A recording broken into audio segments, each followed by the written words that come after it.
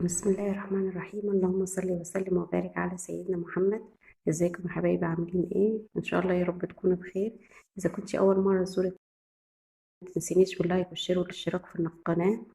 باذن الله يا حبايبي النهارده هنعمل مع بعض سندوتشات الزنجر. وطبعا معروفه سندوتشات الزنجر غاليه خالص. فلما بنطلع نتفسح مع بعض طبعا بنكلف كتير لان بيكون محتاجين عدد كبير من السندوتشات. عشان كده النهارده هنعملها في البيت وبأقل تكلفة بإذن الله. هنعمل سندوتشات الزنجر بالفراخ المقرمش. بيتكون من فراخ بانيه متقطع ومغسول كويس ومتبل بالمية والملح والخل. والتتبيلة بتاعته بتتكون من فلفل أسمر، كمون، ملح، كزبرة ناشفة، كركم، معلقة توم كبيرة، ورق لورا، حبتين بصل، واحدة فلفل حراق لأن هعمل سندوتشات زنجر بالفراخ المقرمش السبايسي. علبة زبادي. خليكم معايا ونشوف هنعمل ايه. هنحط المكونات كلها هنا: البصل، الفلفل، واللورا، كله هنضربه في بعض. بعد كده الثوم. بعد كده التوابل كلها هنحطها.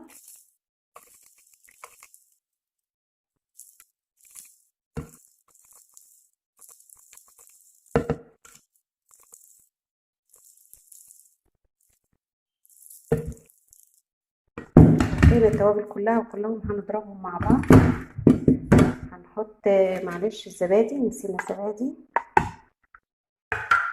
هنضرب المكونات كلها مع بعض.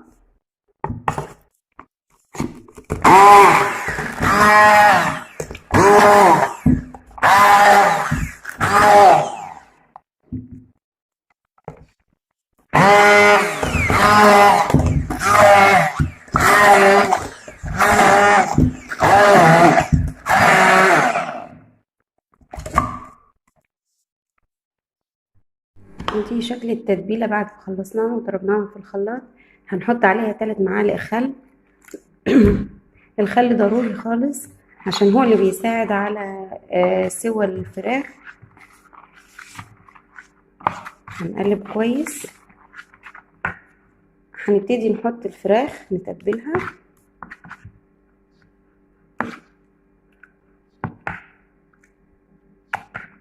نعمل التتبيلة دي يا ريت من بالليل عشان الفراخ تاخد منها كويس ونستخدمها تاني يوم. واذا كنت مستعجلة ممكن تعمليها قبل ما تبتدي بساعتين عشان التتبيلة الفراخ ياخد من التتبيلة كويس. هنحط الفراخ كده، ريحتها حلوة خالص.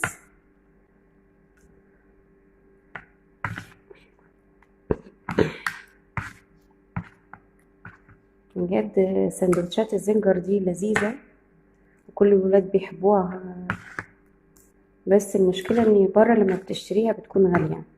احنا النهاردة هنعمل الفراخ المقرمشة، وهنعمل السندوتشات بتاعت البرجر اللي بنحط فيها الفراخ المقرمشة بتاعت الزنجر. بعد ما نخلص تتبيلة الفراخ بإذن الله هنشوف مع بعض ازاي بنعمل الفراخ البرجر او الفراخ اللي بنستخدمها في السندوتشات او السندوتشات اللي بنستخدمها في الفراخ المقرمشة. كده تبلنا الكمية كلها. هنسيبها حوالي ساعتين 3. بس انا بعملها من بالليل عشان تاخد من التتبيلة كويس.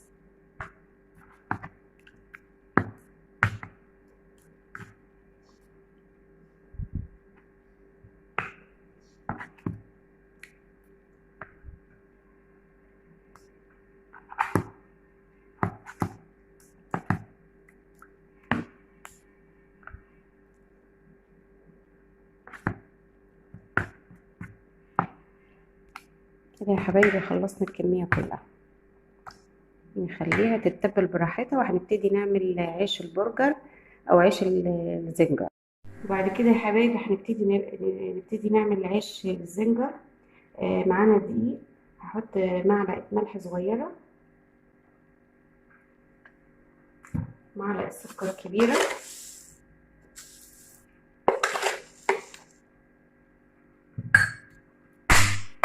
شويه خل.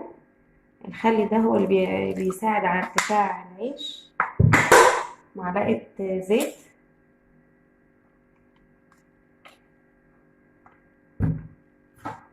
بعد كده الخميره،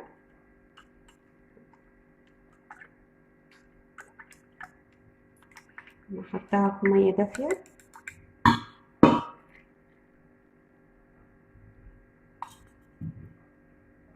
بعد كده هنحط كوبايه لبن،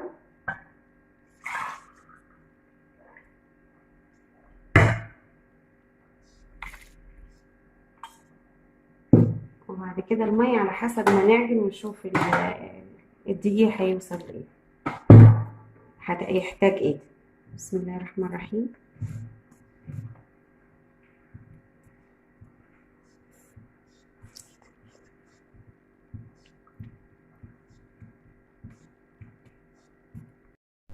كده شكل العجينة بعد ما خلصناها.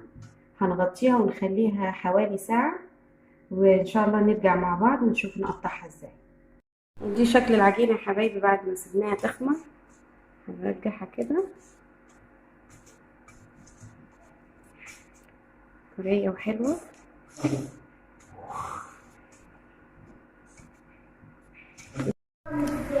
ونبتدي نقطع، نحاول نخليها مدورة كده.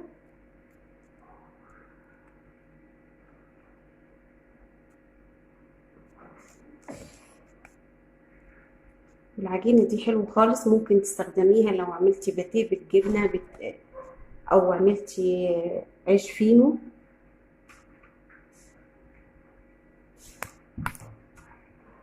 نقطعها كده.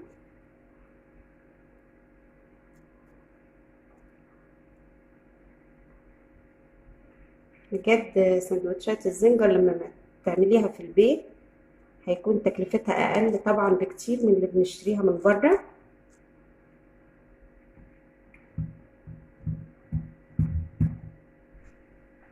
ودايما الولاد بيحبوا السندوتشات دي والأكلات السريعة.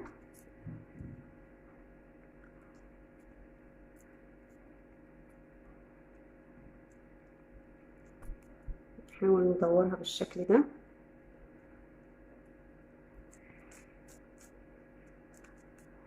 ونخليها ساعة تخمر.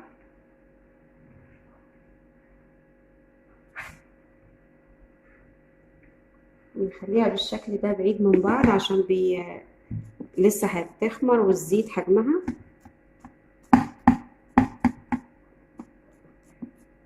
ونخليها ساعة. ده شكل العيش يا حبايبي بعد ما خمر. وهنجيب شوية لبن وعليهم نسكافيه أو قهوة، وبنخلطهم كده مع بعض. ده بدل هنتلم بيه العيش بدل البيض، لأن البيض بيكون فيه شوية ريحة زفارة. فالقهوة وشوية اللبن دول أو النسكافيه واللبن بيخلي يدي لون للعيش زي اللي بنشتريه بالظبط. ونبتدي نتلم كده يا حبايبي. بجد جربوها، الوصفة دي جميلة خالص وبتدي لون الكايزر بالظبط اللي بنشتريه. هنتهم هنا كمان.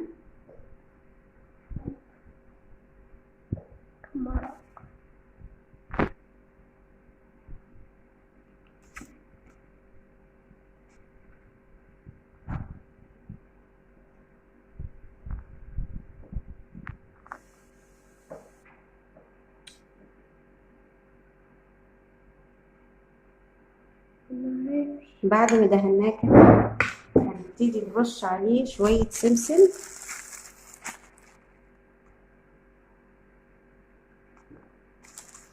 بجد بيطلع زي اللي بنشتريه بالظبط وبيوفر طبعا، سعره أقل خالص في التكلفة. نحط كده السمسم.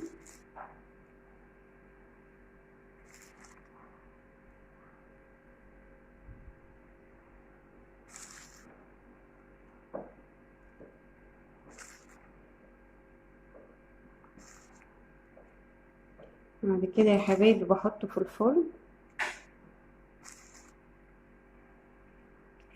كده شكله بعد ما عملناه. حطينا له اللبن بالنسكافيه او اللبن بالقهوه، وبنرش عليه السمسم زي كده، وهذا شكله. وبعد كده بنحطه في الفرن، وهنشوفه بعد ما يطلع من الفرن ان شاء الله. يا حبايبي هنحضر الدقيق اللي هنتبل بيه الفراخ المقرمش. دقيق هنحط عليه معلقه كبيره نشا، معلقه صغيره بيكنج باودر، معلقه كزبره ناشفه، معلقه كمون، معلقه فلفل اسمر،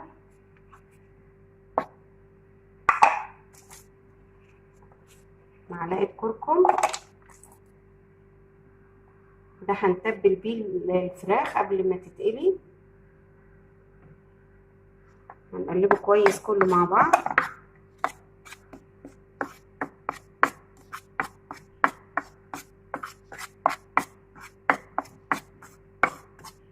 وبعد كده يا حبايبي هنبتدي نقلي في الفراخ، وهنخليها ان شاء الله باذن الله مقرمشه زي المطاعم بالظبط. حبايبي نجيب الفراخ نحطه على الدقيق، نعمله في الدقيق كده كويس.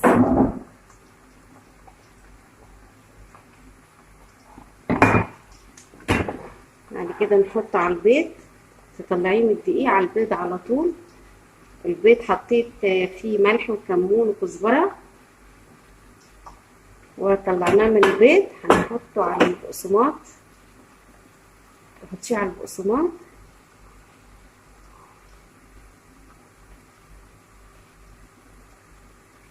وبعد كده نحطه على زيت يكون غزير كده، حله صغيره تحطيه وتحطيه كده على طول. معلش الزيت مش سخن. هنكرر الخطوه دي تاني.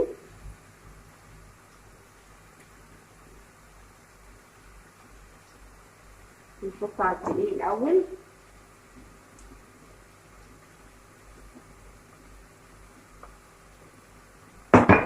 وبعد كده على البيض،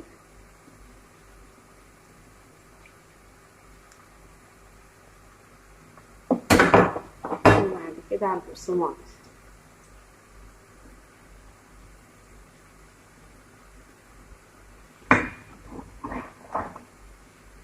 وطبعا مع سندوتشات الزنجر بعمل البطاطس المقليه. طبعا لازم بطاطس ومعاها كاتشب. وهنشوف ان شاء الله لما نحمر الفراخ. ونحاول ما تقلبيش الفراخ غير لما تحسيها حمرت من تحت عشان ما تفكش معاكي. الفراخ يا حبايبي بعد ما طلعناها هنحط واحده تانية، نخليها تستوي براحتها.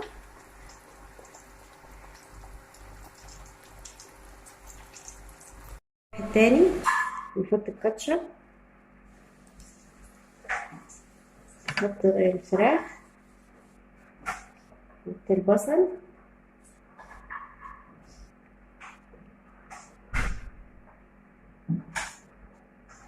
نحط الفلفل،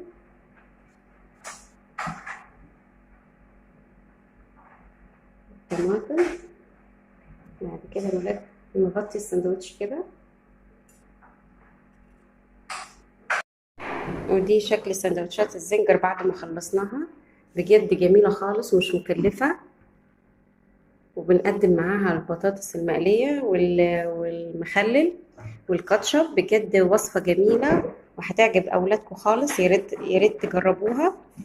وإذا عجبكم الفيديو ما تنسونيش باللايك والشير والاشتراك في القناة. وإلى اللقاء في وصفة تانية بإذن الله، في رعاية الله.